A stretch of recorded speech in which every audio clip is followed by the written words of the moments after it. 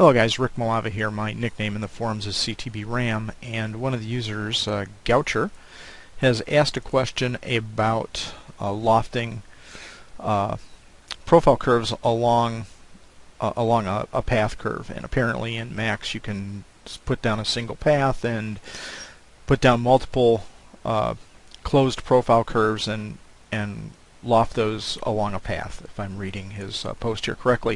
Of course, Mai doesn't have anything that can do that, but we do have the birail tool. So instead of a single path and a series of closed profiles, what I would propose you can do is take a pair of rail paths and then take your closed profile curves and split them in half so that you have sections of profile curves, and then birail each of those sections of profile curves along the rail curves to create two halves of the cylinder. To demonstrate that, what I've got over here is a pair of rail curves that I made, and the way that I did that, I just went from the side view and I created a path, and then what I did is I created the profiles first and then sort of aligned them the way that I wanted them to be, and then I took the profile curve and I sort of drew that, or the rail curve, and drew it between the sections of the curves, the profile curves. And then I did the same from the top view, just went in, and you can see we got this wacky profile or path curve, which is just a pair of rails, and then we've got the profile curves. So and effectively the way I did is I started from the top and I laid down my profile curves, the three profile curves, and then I created a path between the center of those profile curves, and then I went to a side view and I just lined moved the vertices of the path so that they intersect the top edges of my profile curves, and then I duplicated this path and brought it down and just made it so that it intersected the lower half of my profile curves here. And then I went and I took each profile curve, and you can see I split them in half.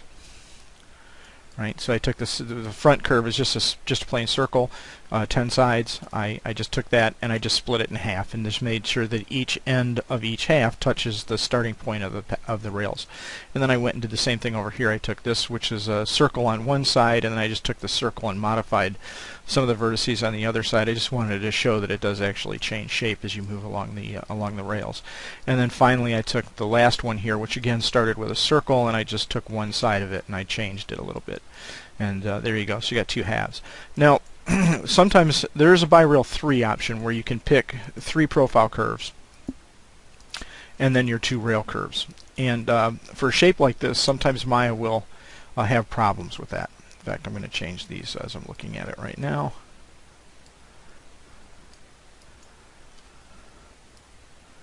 There we go. Take that little squareness out of that. So what I would recommend is, for something that's kind of crazy like this, just do a series of birails, create birail 2s, and create individual patches, and then you can always take and connect the patches together when you're done. So the way that I'm going to do this is just that approach. So I'm going to come in here, and I'm going to go down and I'm going to say create a surface, do a birail 2.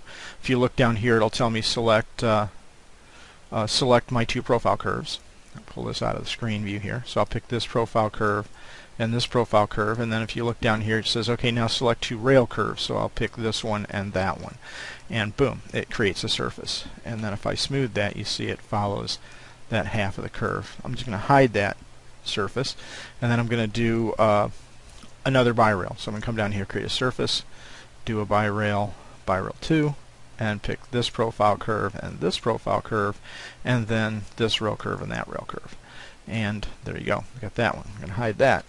Now what I'll do is hit G to repeat the last command. I'll come over here, pick this side of the profile curve and this side of the profile curve, and then this rail curve and that rail curve, and hide that.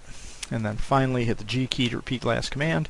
Come over here, pick this rail, or this profile and this profile, that rail and that rail, 3. Oops. There we go. And then all I have to do now is come back over here and unhide my things, and there you go. There's your wacky tube shape extruded along a path. I hope this helps you out, Gouch. If this doesn't work for you, I guess the only solution would be do it in Max and pull it back into Maya and just use both packages. If there's a tool in one particular package that you prefer over another, just use that tool and export the parts. I often do that between Maya and several different modeling packages myself. This has been CTB RAM with simplymaya.com, and I hope this helps you out.